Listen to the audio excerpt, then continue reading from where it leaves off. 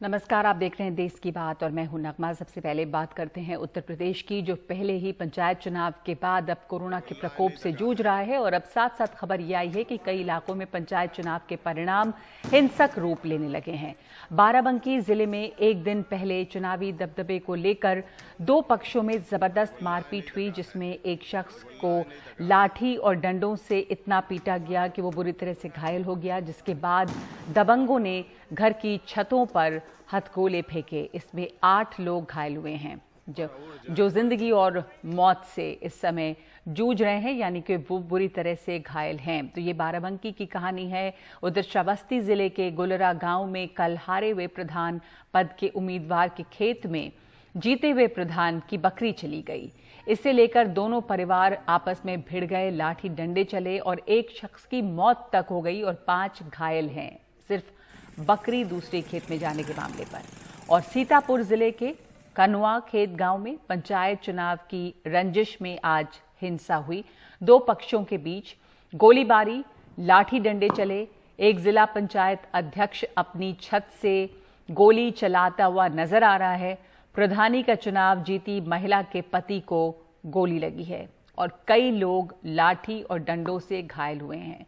Police ने 11 लोगों को इसमें गिरफ्तार किया है। तो ये अलग अलग जगह की कहानी है, चाहे वो बाराबंकी हो, श्रावस्ती हो। गोरखपुर में उम्मीदवार के सर्टिफिकेट में धांधली के आरोप में पुलिस चौकी में आग लगा दी गई है। पुलिस चौकी पर ही आग लगाई गई है क्योंकि जो जीत का सर्टिफिकेट था उसमें धांधली का आरोप था और इसलिए ये दिखाई दिया है। तो ये बाराबंकी, श्रावस्ती, सीतापुर, ये तमाम जगह की कहानी जहां पर हिंसा हो रही है चुनाव परिणाम के बाद। हमारे साथ मेरे सहयोगी कमाल खान जुड़े हैं। कमाल, उत्तर प्रदेश में पंचायत चुनाव जो है वो कहर बनकर आए। पहले तो हमने देखा कि किस तरह कोरोना का कहर टूटा और अभी उससे जूझ ही रहा है उत्तर प्रदेश, और साथ साथ ये हिंसा, ये रिपोर्ट हमने देखी अलग अलग जगहों से जो तस्वीरें आई हैं। बाराबंकी है, सीतापुर है, गोरखपुर है। क्या रिपोर्ट्स आपको अलग अलग जगह से मिल रही हैं? पहले ही बहुत बदहाली है कोरोना की वजह से और उसके बाद ये हिंसा। देखिए, ऐसा है कि पंचायत चुनाव में हमेशा हिंसा होती है और हर चुनाव के बाद ये कई महीने आगे तक हत्याएं होती रहती हैं। बहुत सारे जीते हुए प्रधान मार दिए जाते हैं, क्योंकि ये जो पूरी लड़ाई है ये बहुत छोटे लेवल की लड़ाई है। 2000 से लेके 5000, 6000 मतदाता होते हैं और ये कितनी कांटे की लड़ाई होती है कि इसके लिए आप सोचिए कि मुंबई से पूरी बसें करके मजदूर गांव-गांव बुलाए जाते हैं। मुंबई से बुलाए जाते हैं, गुजरात से बुलाए जाते हैं, आंध्र प्रदेश से, तेलंगाना से, पंजाब से जो मजदूर काम करते हैं वो बसों में भर भर के बुलाए जाते हैं। मजदूरों को किराया दिया जाता है कि आप आके एक वोट दीजिए। तो जिस चुनाव में वोट देने के लिए बॉम्बे से किराया देकर के एक आदमी बुलाए जा रहे हों, पूरे महीने लंगर चल रहा हो, उनको शराब बांटी जा रही हो, तो यह समझा जा सकता है कि वो कितनी कांटे की लड़ाई है। तो ये विधानसभा चुनाव के से ज्यादा कांटे की लड़ाई होती है और इसमें बहुत अहंकार जो है वो छोटे लेवल का गांव के लोगों का दांव पे लगा रहता है। अब होता क्या है कि जैसे अदालतों ने तो कह दिया कि आप विजय जुलूस नहीं निकालेंगे, लेकिन हर जगह, ज्यादातर जगह लोग विजय जुलूस निकाल रहे हैं। जो हारा हुआ है उसके घर के बाहर जाके पटाखा फोड़ दिया, किसी ने किसी को टॉन्ट कर दिया। अब गांव में हर आदमी तो अपने आप को किसी से कम समझ नहीं रहा है, हर किसी के प्रतिष्ठा की लड़ाई है। तो जब ऐसा होता है तो छोटी सी बात, जैसा आपने देखा श्रावस्ती में कि एक कैंडिडेट की बकरी दूसरे कैंडिडेट के घर में घुस गई, उसमें हत्या हो गई उसके खेत में चले जाने से। तो कोई भी बहाना होना चाहिए। किसी के अहंकार को चोट लगी होती है और कोई अपने अहंकार का प्रदर्शन कर रहा होता है, उसका नतीजा ये होता है जो हिंसा में बदल जाता है। ये हिंसा साफ दिखाई दे रही है, जो अहंकार की, अहम की लड़ाई है, जो टकराव है, जिसमें लोग अपनी जान को दांव पे लगाए हुए हैं, लोगों की जानें जा रही हैं, लाठी डंडे चल रहे हैं। जैसा कमाल बता रहे हैं कि पंचायत चुनाव में तो हिंसा हमेशा होती है और इस दफा कोरोना के बावजूद लोगों को दूर दराज इलाकों से बसों में भर के बुलाया गया और इस कोरोना के दौर में भी ये इतने अहम चुनाव हैं, इतना कुछ दांव पे रहता है कि इस चुनाव को टाला नहीं गया, जिसको लेकर भी काफी सवाल उठे कि इस समय ये चुनाव कराने की क्या जरूरत थी।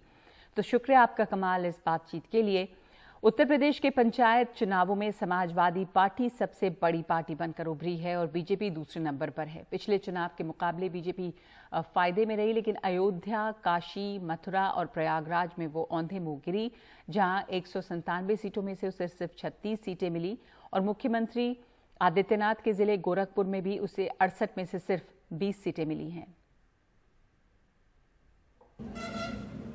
जबरदस्त कोरोना के बीच बीजेपी सरकार ने पंचायत चुनाव कराए, जिसमें कोविड प्रोटोकॉल की धज्जियां उड़ा दी गईं। भयानक महामारी की वजह से तमाम लोगों ने चुनाव आगे बढ़ाने की मांग की। इनमें बीजेपी नेता भी शामिल थे। सरकार सुप्रीम कोर्ट तक इस पे लड़ी, लेकिन चुनाव के नतीजे ये रहे कि बीजेपी को पहले से काफी फायदा तो हुआ, लेकिन चारों धर्म नगरियों में बीजेपी को मुंह की खानी पड़ी। अयोध्या में कुल 40 सीटें हैं, बीजेपी को सिर्फ 6 मिली, यानी 34 सीट पे उसे हार मिली। वाराणसी में 40 सीटें हैं, बीजेपी को सिर्फ 8 मिली, यानी 32 सीटों पे उसे हार मिली। मथुरा में कुल 33 सीटें हैं, बीजेपी को सिर्फ 8 मिली, यानी 25 सीटों पे उसे हार मिली। प्रयागराज में 84 सीटें हैं, बीजेपी को सिर्फ 14 मिली, यानी 70 सीटों पे उसे हार मिली। गोरखपुर में कुल 68 सीटें हैं, बीजेपी को सिर्फ 20 मिली, यानी 48 सीटों पे उसे हार मिली।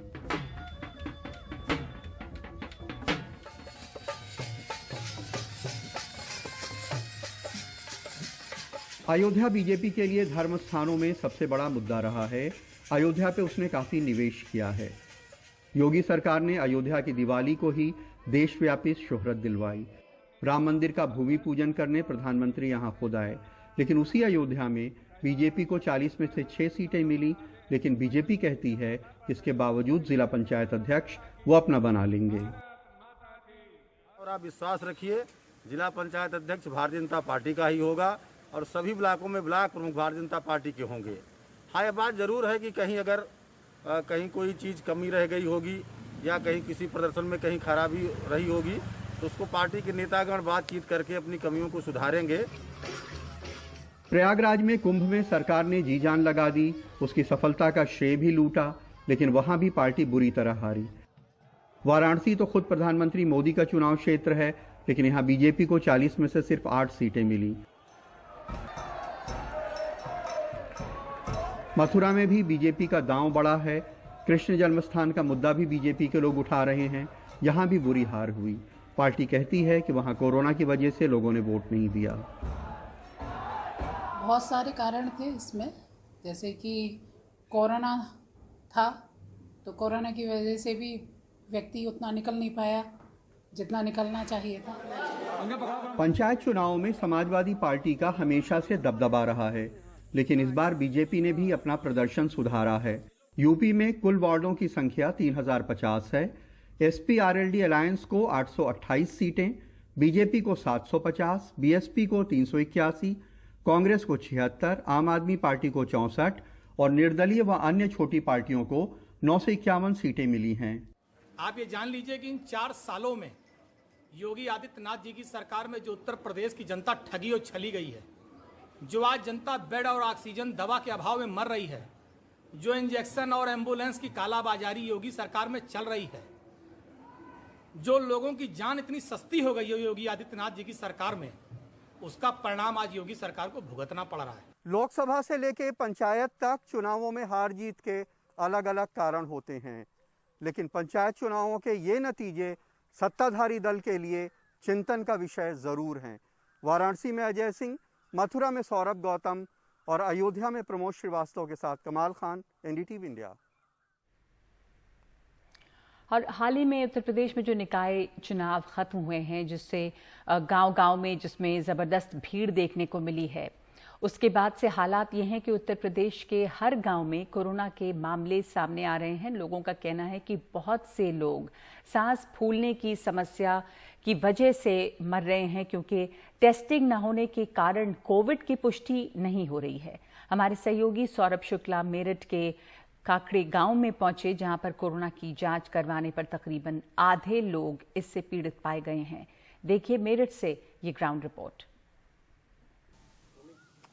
हम इस वक्त मेरठ के ईकड़ी गांव में हैं और इस गांव की आप दीवारों को देखेंगे तो आपको वो पोस्टर्स प्रचार वाले नजर आएंगे जो यहाँ के पंचायत चुनाव में लगा करके प्रचार किया गया है। जाहिर सी बात है, जब चुनाव कराए जाएंगे तो चुनाव प्रचार भी होगा, प्रत्याशी भी खड़े होंगे, भीड़ भी होगी, वोटिंग कराई जाएगी, काउंटिंग होगी तो काउंटिंग सेंटर्स पे भी भीड़ होगी। और उस भीड़ के चलते उत्तर प्रदेश के तमाम गांव में कोरोना अपने पैर पसार चुका है। इस गांव में पिछले एक हफ्ते में कोरोना से 6 लोगों की मौत हुई और इन 6 लोगों की रिपोर्ट पॉजिटिव थी। सोचिए, काफ़ी लोग हैं जिनकी टेस्टिंग ही नहीं हो पाई है। और हमारे साथ यहाँ पर ज़िला पंचायत सदस्य हैं यहाँ के, उनसे बात करेंगे और ये बता रहे हैं कि लगभग यहाँ पर 2 दिन पहले कोरोना की जांच की व्यवस्था की गई थी, एंटीजन की, वो भी 40 एंटीजन टेस्ट किए गए जिसमें 21 गाँव वाले कोरोना पॉजिटिव निकले, यानी जो पॉजिटिविटी रेशियो है इस गाँव में वो 50%। सर, आपका नाम क्या है? मेरा नाम अनिकेत भारद्वाज है। अनिकेत, आप जिला पंचायत सदस्य हैं? जी बिल्कुल। ये बताइए आपके गांव में क्या हाल है अभी इस वक्त? सर, गांव में हाल बड़े गंभीर हैं। यहाँ पर अभी 40 टेस्ट कराए गए थे एंटीजन और उसमें से 21 पॉजिटिव पाए गए हैं। और सर, आश्चर्यजनक बात ये है कि अगर उन लोगों से हम डिमांड करते हैं कि आप RT-PCR करिए और आगे लोगों का भी टेस्ट करिए, जब इतना बड़ा विस्फोटक स्थिति यहाँ गाँव में बनी हुई है, पर उन लोगों के पास किट ही नहीं है, व्यवस्था ही नहीं है, सरकार टेस्ट ही नहीं करा पा रही है, एडमिनिस्ट्रेशन बिल्कुल फेल है। अभी आप पंचायत चुनाव का एग्जांपल लीजिए, ऑनरेबल सुप्रीम कोर्ट ये मसला गया और वहाँ पर इन लोगों ने कहा कि हम लोग टोटल जितनी भी गाइडलाइंस है सब फॉलो करेंगे और हम काउंटिंग बहुत अच्छी तरीके से कराएंगे। पर काउंटिंग की आप फोटेज निकलवा के देख सकते हैं, क्योंकि ऑनरेबल कोर्ट का ऑर्डर था कि सारी काउंटिंग सेंटर्स की फोटेज रहनी चाहिए। वहाँ कोई व्यवस्था नहीं थी, 2-2.5 दिन लगातार काउंटिंग चली है। वहाँ कोई मास्क तो लोग पहने थे पर कोई सोशल डिस्टेंसिंग फॉलो नहीं हो रही थी। आपके गांव में इस वक्त लगभग 40 टेस्ट कराए तो उसमें 21 लोग पॉजिटिव निकले, यानी आधे से ज्यादा जो लोग हैं वो संक्रमित हैं, वो दर है, पॉजिटिविटी रेशियो है। तो क्या सरकार ने इनको कोई दवाई मुहैया कराई है, पैरासीटामोल तक दी है? नहीं, अभी तक कुछ नहीं दिया है। कल भी जब मैं आया था तो ब्लॉक स्टाफ जो यहाँ पे था, जो आंगनवाड़ी के वर्कर यहाँ पे देहात में घूम रहे थे, उनके पास कोई दवाई नहीं थी। उन्होंने मेरे थ्रू ही जो दवाई मैं लेके आया था उसको डिस्ट्रीब्यूट किया। 21 लोग जो इस समय कोरोना पॉजिटिव हैं वो घर पे क्वारंटीन किया है, कुछ को अस्पताल में? नहीं, अभी तक वो घर पे ही क्वारंटीन है। अगर उनकी सिचुएशन बिगड़ती है तो उनको हॉस्पिटलाइजेशन के लिए कहीं कोई रास्ता ही नहीं है। कैसे लेके जाएंगे, कहाँ लेके जाएंगे? देखिए, हेल्थ वर्कर्स की भी गलती नहीं है। जब सरकार मतलब प्रोवाइड नहीं कराएगी उन्हें किट वगैरह ये सब कुछ चीज़ें, तो वो क्या करेंगे बताइए? तो आप देखिए, आपने सुना इन लोगों को, जिला पंचायत सदस्य हैं, ये एक आधिकारिक पोस्ट है जो कि तमाम गांव को रिप्रेजेंट करती है और ये बता रहे हैं कि इस गांव में बड़ी मुश्किल से 40 टेस्ट करवाए इन्होंने एंटीजन, उसमें 21 लोग पॉजिटिव निकले, यानी जो पॉजिटिविटी रेट है वो ऑलमोस्ट 50% का है। और उसके बाद भी जो मरीज जिनको क्वारंटीन किया यहाँ पर, उनको सरकार की तरफ से घर पर आकर के एक पैरासीटामोल की टैबलेट तक नहीं दी गई है। सोचिए कि ये गांव जो हैं उत्तर प्रदेश में वो कोरोना के हॉटस्पॉट बन चुके हैं। क्यों बन चुके हैं? क्योंकि पंचायत चुनाव कराए गए और उन पंचायत चुनाव में सोशल डिस्टेंसिंग थी और ना ही वहां पर किसी भी तरीके का कोरोना के कोई भी प्रोटोकॉल फॉलो कराए गए या किए गए। अब जब वो रिजल्ट्स आ चुके हैं तो अब पूरे प्रदेश में लॉकडाउन कर दिया गया है। तो सोचिए सरकार की प्राथमिकता क्या है? सरकार की प्राथमिकता क्या पंचायत चुनाव कराने थे या फिर लोगों की जान बचानी थी? सहयोगी अशोक महाले के साथ मेरठ के एक गांव से Saurabh Shukla, NDTV India.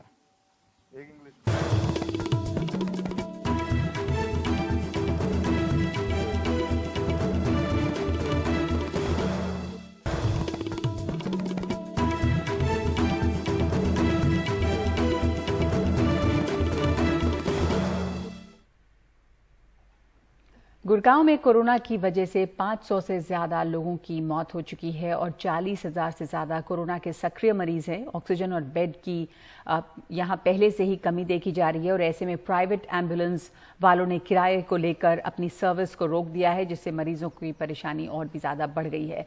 Corona के बढ़ते मामलों के बीच गुड़गांव के निजी एम्बुलेंस चालक पैसा बढ़ाने की मांग पर अड़े हैं। फिलहाल 250 एम्बुलेंस वाले सेवाएं नहीं दे रहे। आयुक्त ने एम्बुलेंस वालों के लिए नए रेट तय किए हैं, लेकिन एम्बुलेंस वाले मानने के लिए तैयार नहीं हैं। सर, हम लोगों का डिमांड ये है कि जो ये रेट निकले हैं सर 3 किलोमीटर तक के 500 रुपये, 3 किलोमीटर के दायरे में सर गुड़गांव में तकरीबन क्रिमिनेशन ग्राउंड हॉस्पिटल सारे ही आते हैं, तो 3 किलोमीटर के सर 500 रुपये अगर हमें मिल रहे हैं, 3 किलोमीटर के 500 मिल रहे तो 500 रुपये में sir minimum PP kit use करते थे 500 रुपये का है। उसके बाद सर तेल है, गाड़ी की EMI है, और भी खर्चे हैं, ड्राइवर के एक्स्ट्रा इंसेंटिव है। तो इसमें तो सर पर चक्कर हमारे जेब से 1500 से 2000 रुपये जाने हैं। तो आपकी कितनी डिमांड है? आप हमारा सर जो मिनिमम है 3 किलोमीटर को बढ़ा के 15 किलोमीटर तक कर दिया जाए। 15 किलोमीटर के हम लोगों ने 3500 रुपये रखा है रेट, प्लस 16 रुपये पर किलोमीटर रखा है हम लोगों ने रेट। हमारे साथ जुड़े हैं रवीश रंजन शुक्ला।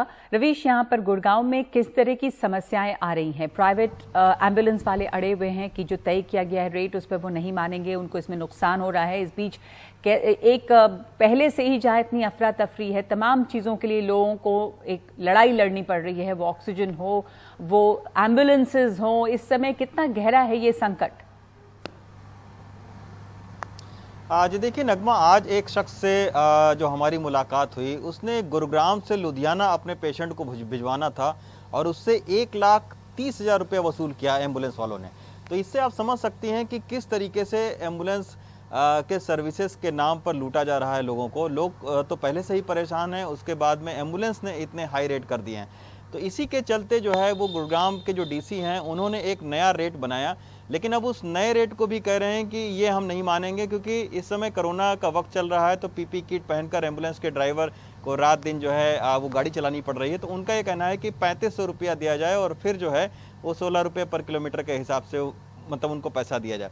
तो दोहरी मार पड़ रही है, ना तो बेड मिल रहा है, ना दवा मिल रही है, ना ऑक्सीजन मिल रहा है, और अब जो है वो मतलब कि एम्बुलेंस के सर्विसेज के लिए भी उनको जो है वो खोजना पड़ रहा है। एक इसमें और भी बात समझ में आई है कि जो लोग जिनके पेशेंट सीरियस होते हैं और जो गूगल टाइप करके फिर एम्बुलेंस सर्विसेज को लेने की कोशिश करते हैं, उनके साथ में धोखाधड़ी भी बहुत हो रही है। कोरोना में आपदा के नाम पर अवसर भी बहुत सारे लोग उठा रहे हैं।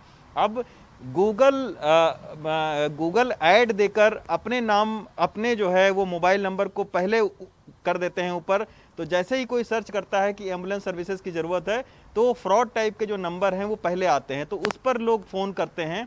और यही वजह है कि तमाम सारी ऐसी शिकायतें पुलिस के पास में भी गई हैं कि जब बेड के नाम पर, ऑक्सीजन के नाम पर, एम्बुलेंस के नाम पर फ्रॉड लोगों ने फ़ोन किया जल्दी में, क्योंकि उनका दिमाग उस समय जो है वो बहुत ज़्यादा पजल होता है, उनको अपने पेशेंट को बचाने की चिंता रहती है, तब वो फ़ोन करते हैं और एम्बुलेंस को जो है वो आसपास के ज़िलों से किराए पर लेकर ऐसे तमाम सारे लोग चलवा रहे हैं। तो उनके चंगुल में आकर उनको ज़्यादा पैसा देना पड़ रहा है। तो इस तरीके से ब्लैकमेलिंग जो है वो दवा के नाम पर, बेड के नाम पर, ऑक्सीजन के नाम पर, एम्बुलेंस के नाम पर की जा रही है। सरकार को इस ओर जरूर सोचना चाहिए। आज हमने सरकार के तमाम सारे अधिकारियों से बात करने की कोशिश की, तो उनका यही कहना था कि जो भी शिकायत आती है उस पर कार्रवाई होती है, लेकिन सारा जो प्रशासनिक अमला है वो इस वक्त जो है वो ऑक्सीजन और अस्पताल के मैनेजमेंट में जुटा है। तो इसी की वजह से कालाबाजारियों पर सख्त कार्रवाई नहीं हो पा रही है और जिसका खामियाजा आम लोगों को भुगतना पड़ रहा है। इतना पैसे की लूट मची हुई है, इतने लोगों की शिकायतें हम लोगों के पास में आती हैं कि दवा जो है वो तकरीबन 40 से 50% ज़्यादा जो पैसा वसूला जा रहा है दवा के नाम पर। आप प्राइवेट हॉस्पिटल में कोई जाता है तो ये कहा जाता है कि आप सबसे पहले पैसा दो, आप उसके बाद में हम भर्ती करवाएंगे। दुगना तिगुना पैसे की डिमांड की जाती है। आज हमें एक शख्स खुद मिले जिन्होंने बाकायदा बिल दिखाया और ये कहा कि एम्बुलेंस वाले ड्राइवर ने कहा कि आप 1,30,000 रुपए में से 1 लाख रुपए पहले दीजिए, तब हम आपके पेशेंट को एम्बुलेंस में बैठा लेंगे। तो इस तरीके से कोरोना की महामारी में इस तरीके से जो लालची और जो जमाखोर लोग हैं वो इस तरीके का मौके का फ़ायदा उठा रहे हैं। बहुत ही हम लोगों के लिए भी हैरानी की बात है, क्योंकि पहली लहर में हम लोगों ने देखा था कि किस तरीके से लोग सेवा कर रहे थे, लोगों को खाना खिला रहे थे। इस दूसरी लहर में हम देख रहे हैं कि दवा के नाम पर, बेड के नाम पर और ऑक्सीजन के नाम पर, एम्बुलेंस के नाम पर लोगों के साथ में लूट मचा रखी है। लोग एक तरफ तो सड़कों पर रोज जो है वो मौतें हो रही हैं और ऊपर से लोगों को ज्यादा पैसा भरना पड़ रहा है। लोग अपने गहने बेच के जो है वो एम्बुलेंस का किराया दे रहे हैं। तो हालत ये है और इस ओर जरूर सरकार को और प्रशासन को चाहिए इस व्यवस्था को सुधारने की दिशा में कदम और वो उठाएं। कोशिश कर रहे हैं। आयुक्त की जो दरें हैं वो तय की गई हैं, लेकिन सवाल ये है कि वो ब्लैकमेल करने लगते हैं प्राइवेट एम्बुलेंस वाले और लोगों को ले नहीं जा रहे हैं। तो वैसे में जिनके पास पैसे हैं वो ज़्यादा पैसे देकर सर्विसेज का इस्तेमाल करेंगे और जो लोग इतना अफोर्ड नहीं कर सकते वो पहले ही से परेशान हैं और वो इससे भी अब जूझेंगे। और कालाबाजारी जिसकी आप बात कर रहे हैं रवीश, वो एक तो ये ऑक्सीजन को लेकर भी बहुत कालाबाजारी हो रही है, एम्बुलेंस के बारे बारे में आपने बताया कि मुंह मांगा रेट मांग रहे हैं अब गुड़गांव से लुधियाना जाने के लिए 1,30,000 और वो भी अस्पतालों जैसा हाल कि पहले आप पैसे जमा करें तब पेशेंट को बिठाएंगे। अब ताज्जुब है कि अभी तक बहुत सारे प्राइवेट अस्पताल में ये हो रहा है कि पहले अभी भी इस आपदा के समय में भी पैसे पहले जमा करने होते हैं, उसके बाद पेशेंट्स को दाखिल किया जा रहा है। बहुत सारी जगहों से शिकायत आ रही हैं। गुड़गांव में ही ये भी मामला सामने आया है रवीश की ऑक्सीजन के जो सिलेंडर हैं उनमें भी कुछ 260 सिलेंडर बरामद किए गए हैं जिनको महाराष्ट्र से लाकर दोगुने दाम पर बेचा जा रहा था। अगर 12,000 का सिलेंडर है तो 34,000 में बेचा जा रहा था। बल्कि यहां दिल्ली में लोधी कॉलोनी में भी इस तरह का मामला सामने आया है जहां एक बाकायदा छोटा सा ऑफिस बनाकर इस तरह का धंधा, ये कारोबार जो है वो चल रहा था। पहले आपको हम ये जानकारी दे दें, हमारे साथ रवीश बने हुए हैं रवीश आपसे ये डिटेल्स जानना चाह रही थी कि जो लोधी कॉलोनी में से भी खबर आई थी और गुड़गांव में भी खबर आई कि सिलेंडर जो हैं वो ब्लैक में बेचे जा रहे हैं, ऑक्सीजन सिलेंडर, जहां पर ये भी खबरें आती रही हैं कि लोग कैसे मदद कर रहे हैं, लोगों को बिना पैसे के मदद कर रहे हैं, पर ये बाजार का जो धंधा है वो भी लगातार चल रहा है।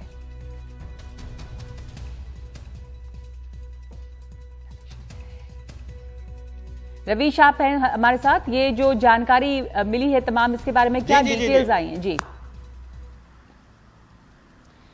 आज देखिए नगमा, ये जो ऑक्सीजन के सिलेंडर हैं ये सामान्य दिनों में 2,000 रुपए के आते हैं और 300 रुपए की ऑक्सीजन जो है वो भरी जाती है इसमें। तब आप समझ सकते हैं कि आज की तारीख में यही ऑक्सीजन के सिलेंडर आपको बाजार में तकरीबन 40 से 60,000 रुपए का ब्लैक में मिल रहा है और ऑक्सीजन अगर आप भरवाएंगे तो लगभग 3 से 4,000 रुपए ऑक्सीजन के भरवाने का लोग लेते हैं। और ऐसे तमाम सारे रैकेट जो है वो गाजियाबाद, दिल्ली, फरीदाबाद में, गुड़गांव में चल रहे हैं। कल तो हमने देखा कि फरीदाबाद के जो है वो विधायक नीरज शर्मा ने बाकायदा एक जगह पर छापा मारा और तकरीबन 30 से 40 जो है वो ऑक्सीजन के सिलेंडर बरामद किए वहां से। तो आज प्रशासन ने उनके ही ऊपर में मुकदमा दर्ज कर दिया। तो इस तरीके की भी चीजें चल रही हैं, राजनीति भी हो रही है इसके ऊपर में। लेकिन कालाबाजारी करने वाले लोग जहां मौका पा रहे हैं, हालांकि पुलिस ने भी तमाम सारे लोगों को पकड़ा है, लेकिन अभी भी बहुत सारे लोग ऐसे हैं जो कि बाहर से ऑक्सीजन के सिलेंडर मंगवाकर और इसके बाद में दिल्ली एनसीआर में उनको ज्यादा रेट पर बेच रहे हैं। लोगों की मजबूरी का फायदा उठा रहे हैं, लोगों के सांसों का फायदा उठा रहे हैं, यानी सांस उनकी लोग खरीद रहे हैं, कालाबाजारी कर रहे हैं। अब आम लोगों के सामने दिक्कत यह है कि हॉस्पिटल में बेड नहीं है, डॉक्टर ये कह रहा है कि आप ऑक्सीजन लगाकर इनको होम आइसोलेशन में रखें। आदमी के सामने बहुत बड़ी दिक्कत पैदा हो जाती है। एक शख्स, हमें एक पूरा परिवार मिला था जो कि सरिता विहार में रहते हैं, जिनके जो फादर हैं वो ऑक्सीजन की लाइन में गाजियाबाद खड़े हुए थे, उनका लड़का फरीदाबाद में गया था और एक और उनका कोई रिश्तेदार था वो मुंडका में ऑक्सीजन भरवाने गया था। 3 लोग 3 तरफ में गए थे और हॉस्पिटल ने यह कह दिया था कि ऑक्सीजन की सप्लाई की जिम्मेदारी आपकी है, आप ऑक्सीजन की सप्लाई करें।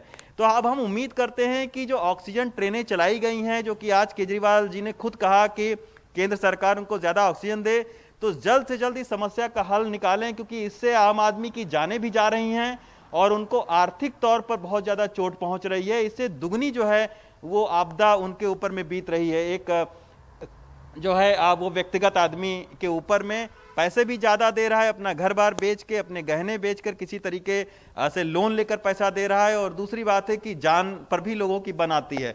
तो आप समझ सकते हैं कि बहुत ही दुगनी परेशानी है। पुलिस ने हालांकि कार्रवाई की है, तमाम सारे लोगों को गिरफ्तार किया है। कल गाजियाबाद में भी हमने देखा कि ऑक्सीजन के सिलेंडर की कालाबाजारी करने वाले लोगों को गिरफ्तार किया। दिल्ली पुलिस ने भी आज गिरफ्तार किया, गुड़गांव में भी गिरफ्तारी हो रही है, लेकिन उस पैमाने पर गिरफ्तारियां अभी भी बहुत कम हो रही हैं जिस पैमाने पर ये पूरा रैकेट चल रहा है। सोनीपत, झज्जर, इधर आप फरीदाबाद के आगे पलवल, तमाम सारे दिल्ली में जो ऑक्सीजन के सिलेंडर लोग कालाबाजारी कर रहे हैं, वो आसपास के जिलों से उन लोगों ने इकट्ठा किया है बाकायदा, और वहां से लाकर यहां पर कालाबाजारी कर रहे हैं, क्योंकि उनको पता है कि दिल्ली एनसीआर में इस वक्त भयानक तौर पर ये कोरोना की महामारी फैली हुई है, लोगों को बेड नहीं मिल रहा है, तो वो लोग मनमाना कीमत दे सकते हैं। तो यही वजह है कि तमाम सारे जो कालाबाजारी करने वाले लोग हैं उन्होंने अपना अड्डा बाकायदा बनाया हुआ है। कुछ के जरिए हमारे पास खबर आई कि बाकायदा लोगों ने किराए पर मकान लेकर, गोडाउन लेकर और इस तरीके से वो कालाबाजारी कर रहे हैं।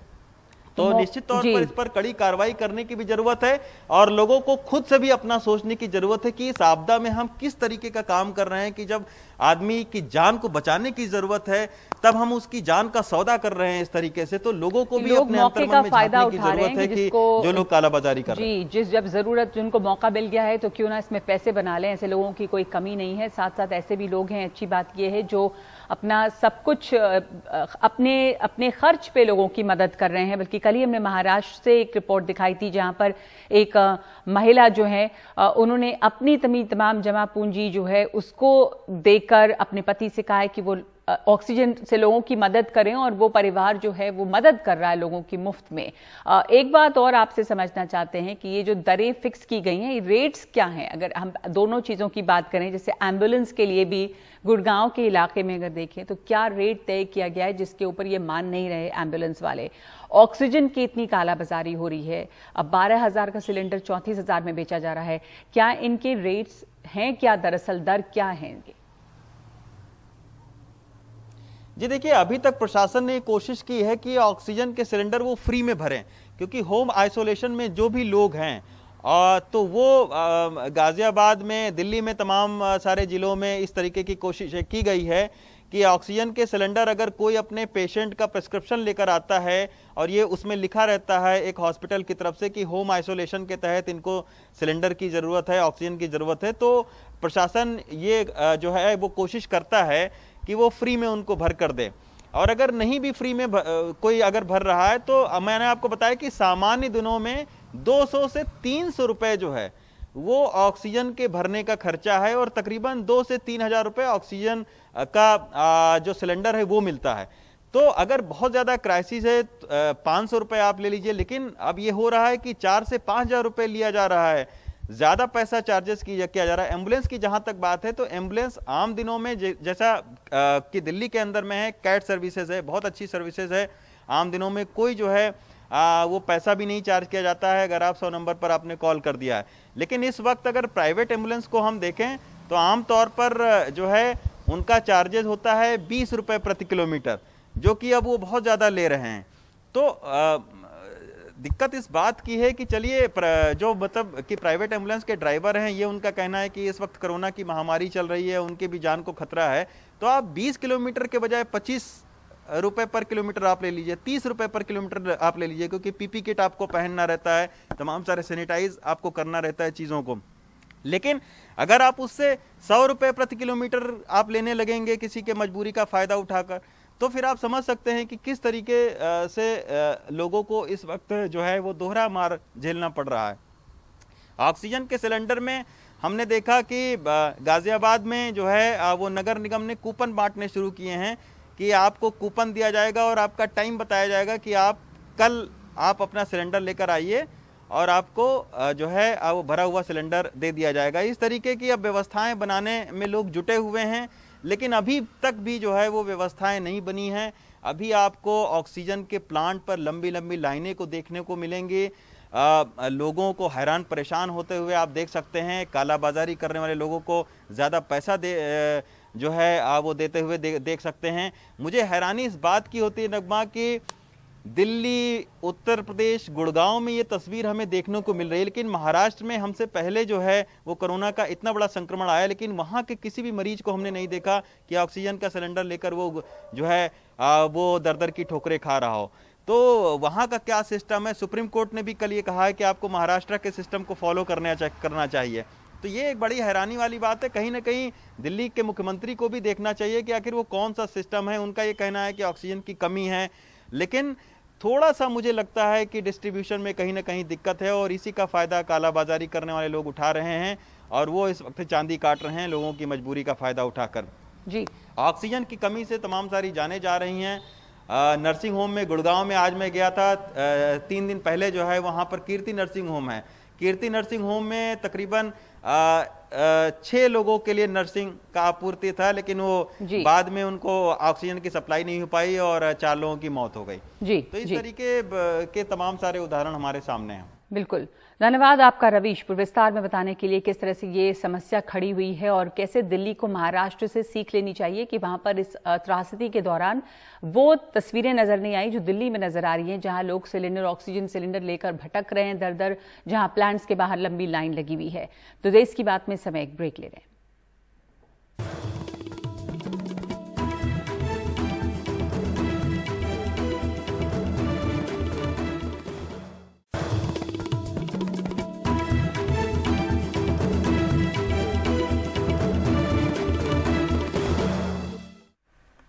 कोरोना की दस्तक कहां होने वाली है और उसके आउटब्रेक पर जानकारी के जरिए कैसे ब्रेक लगाया जा सकता है, इसको लेकर अब national centre for disease control sewage survey करने में जुटी है, जो वो तरीका जो पोलियो की रोकथाम में भी इस्तेमाल किया जाता है। पांव पसार रहे वायरस की जानकारी को लेकर एनसीडीसी यानी national centre for disease control ने सीवेज सर्वे की शुरुआत की है। इसके जरिए सोसाइटी मोहल्लों में उन जगहों से सैंपल लिए जा रहे हैं जहां एक जगह पर सीवेज का पानी निकलता है या इकट्ठा होता है, ताकि पता लग पाए कि आखिर वहां कोरोना वायरस की मौजूदगी तो नहीं है। यह तरीका तब कारगर है जब वायरस ने उस इलाके को पूरी तरह से अपनी गिरफ्त में न लिया हो, यानी आउटब्रेक से पहले शुरुआती पहचान का तरीका। सीवर के पानी में वायरस बहुत ज्यादा है या कम, इसकी जानकारी से इलाके में वायरस के असर का अंदाजा लग सकेगा। वायरस की मौजूदगी का पता चलते ही लोगों को आगाह करके साथ साथ उस जगह पर ठोस रणनीति अमल में लाई जाए ताकि वायरस का ज्यादा प्रसार न हो। शरीर में जब वायरस होता है तो वो शरीर के सारे अंगों में पहुंच जाता है और इंटेस्टाइन में भी, हमारी आंतों में भी पहुंच जाता है। और ये देखा गया था कि जब सीवर और पाखाने को टेस्ट किया तो उसमें वायरस पार्टिकल्स मिले। पोलियो भी वायरस वाली बीमारी है और ये तकनीक उसमें कारगर साबित हुई है। लिहाजा अब नए इलाके में पांव पसारते वायरस और उसकी रफ्तार को रोकने को लेकर एनसीडीसी नमूने इकट्ठा करने में जुटी है। वायरस बहरूपिया है, नए नए रूप बदलता है, तो हमें भी उसी हिसाब से तैयारी करनी होगी।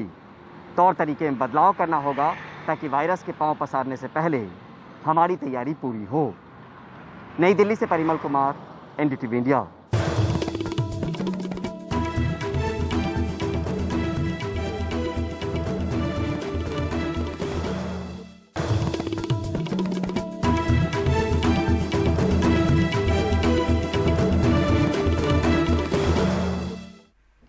और गुड़गांव में तो विवाद चल ही रहा है एम्बुलेंस और उसके रेट को लेकर। दिल्ली सरकार ने प्राइवेट एम्बुलेंस के लिए रेट तय कर दिए हैं, जो भी तय दरों से ज़्यादा लेगा उसके खिलाफ कार्रवाई की जाएगी।